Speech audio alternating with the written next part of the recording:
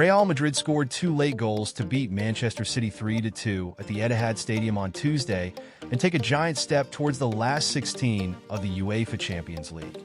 Pep Guardiola's side were leading 2-1 after 86 minutes thanks to two goals from Erling Haaland. But former City forward Brahim Díaz came off the bench to equalize before Jude Bellingham scored a stoppage-time winner to stun the host. That IT means Real Madrid will be in pole position to progress ahead of next week's second leg at the Bernabeu.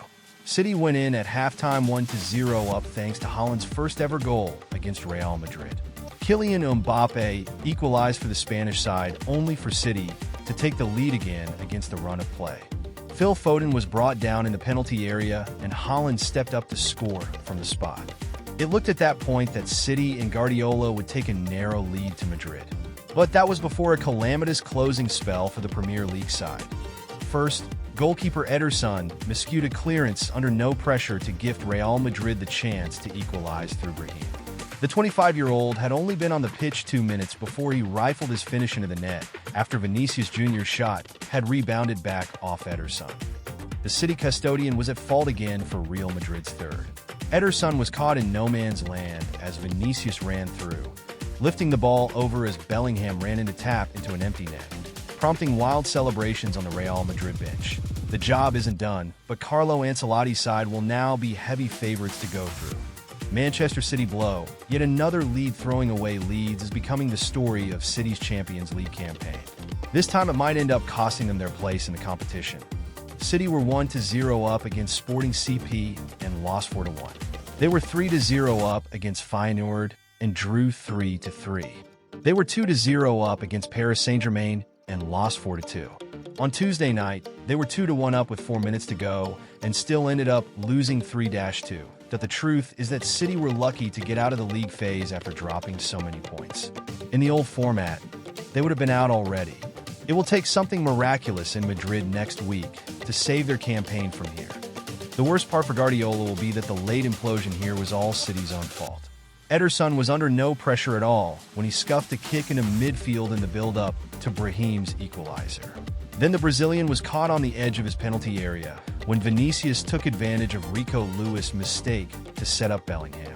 City have now conceded 9 goals in the final 16 minutes of Champions League games this season. Throw in the late collapses against Manchester United and Brentford in the Premier League, and it's becoming a serious problem. Haaland and Mbappé finally go head-to-head. City's Ruben Díaz was categorical before the game. This was City versus Madrid, not Haaland versus Mbappé.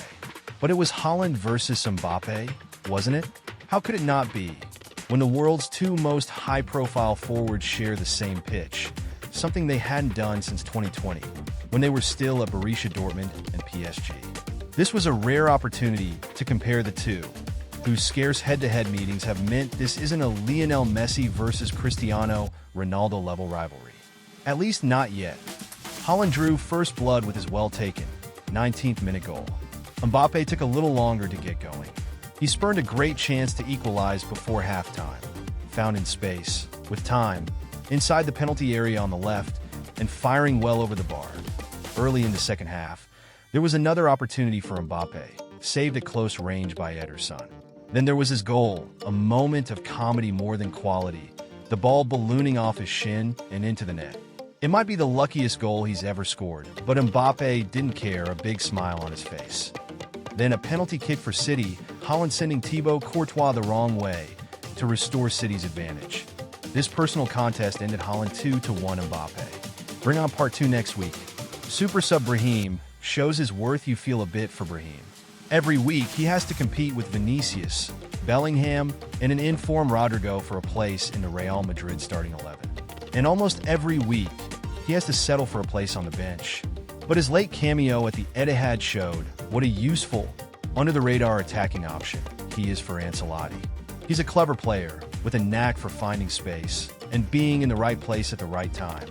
And his verve and instinct for finding the net started and finished the move, which made it 2-2 to Ancelotti's insistence on picking all of his fantastic 4 forwards in the starting 11 means Madrid are deprived of what was previously their best game-changing option, Rodrigo off the bench.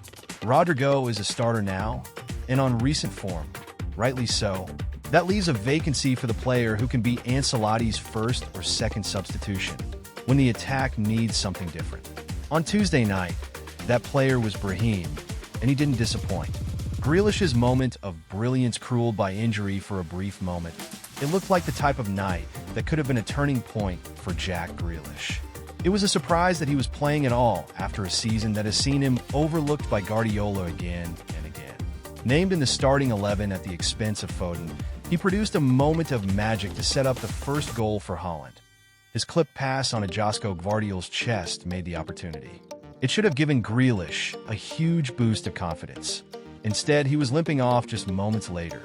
He looked devastated as he made his exit and was consoled on the way off by Guardiola and Haaland. Guardiola has made no secret of his desire to see Grealish return to the level which made him a regular in the team during the treble season.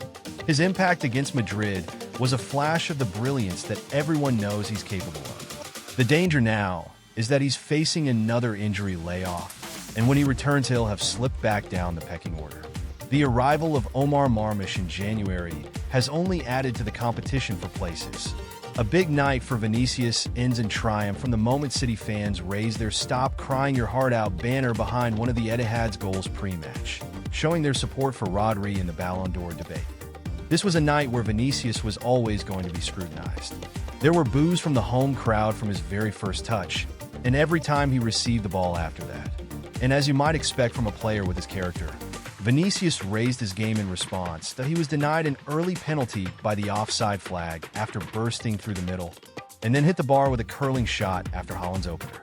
He was equally dangerous as a provider, putting one good ball across goal before halftime, and creating a chance for Bellingham to head wide. As the second half went on, with an opportunity to test City sub Lewis, Vinicius was more subdued, until he played a key part in Madrid's late rally, lofting the ball over an out-of-position Ederson for Bellingham to squeeze in the winner. Before that, Madrid's most impressive attacker throughout the 90 minutes might have been Rodrigo, a player who loves playing City. Overall, there was more than enough from Vinicius and Rodrigo, and in the end from Bellingham too, to suggest Madrid's attack, with more clinical finishing, can cause City even more problems at the Bernabeu next week.